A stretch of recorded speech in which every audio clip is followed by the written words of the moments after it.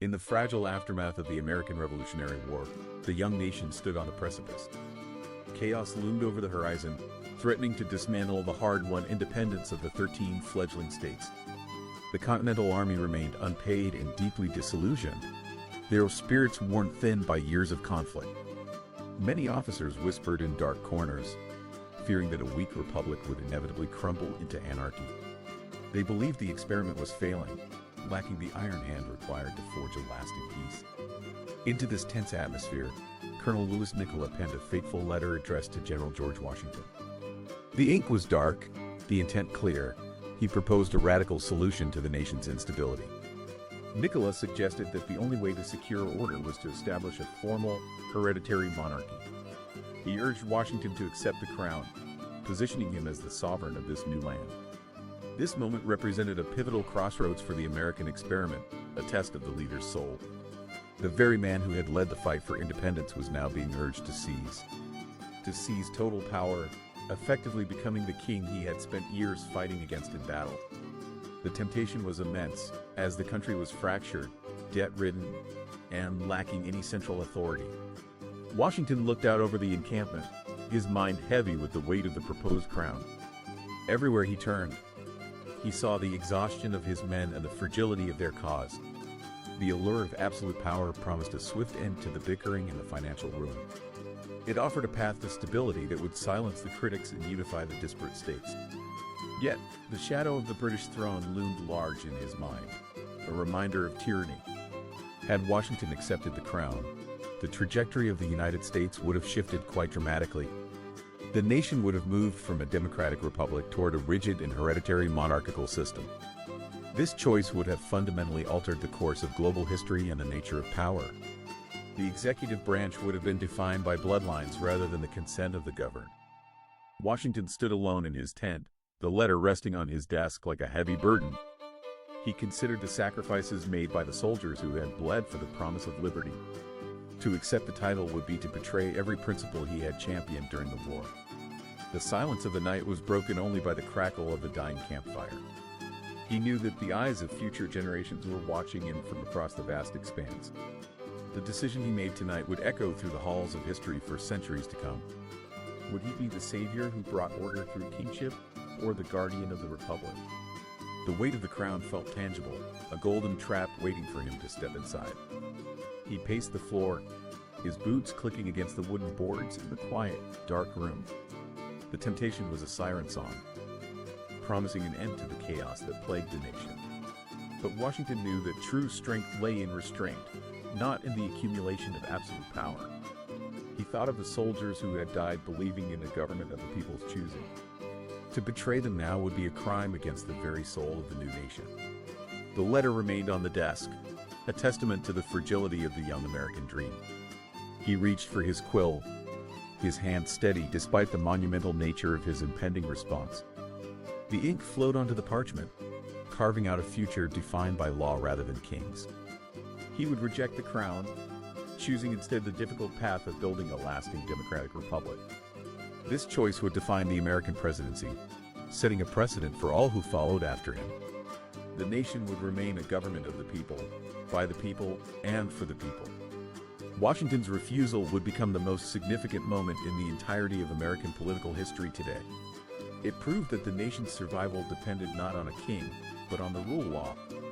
The crown was refused, and the republic was saved from the encroaching shadow of monarchical rule.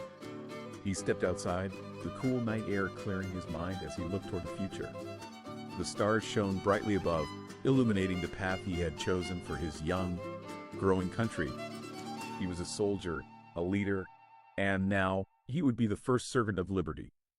The temptation had passed, leaving behind a legacy of selfless service that would endure forevermore. The experiment would continue, tested by time but anchored by the strength of his moral resolve. He walked toward the camp, ready to lead his men toward a future of true freedom. The crown lay forgotten on the desk, a relic of a path not taken by Washington. History would remember this night as the moment the American spirit truly found its firm footing.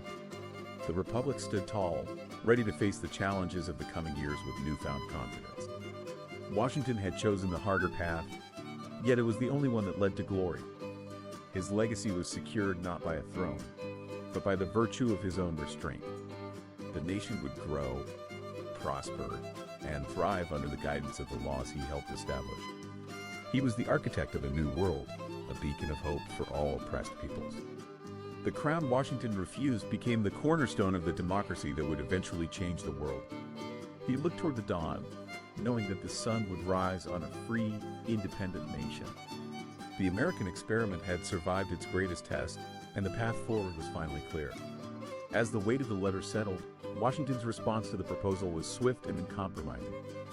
His words reflected a profound commitment to the Republican ideals he had fought so hard to defend. He expressed his deep abhorrence for the suggestion, viewing it as a betrayal of his soldiers.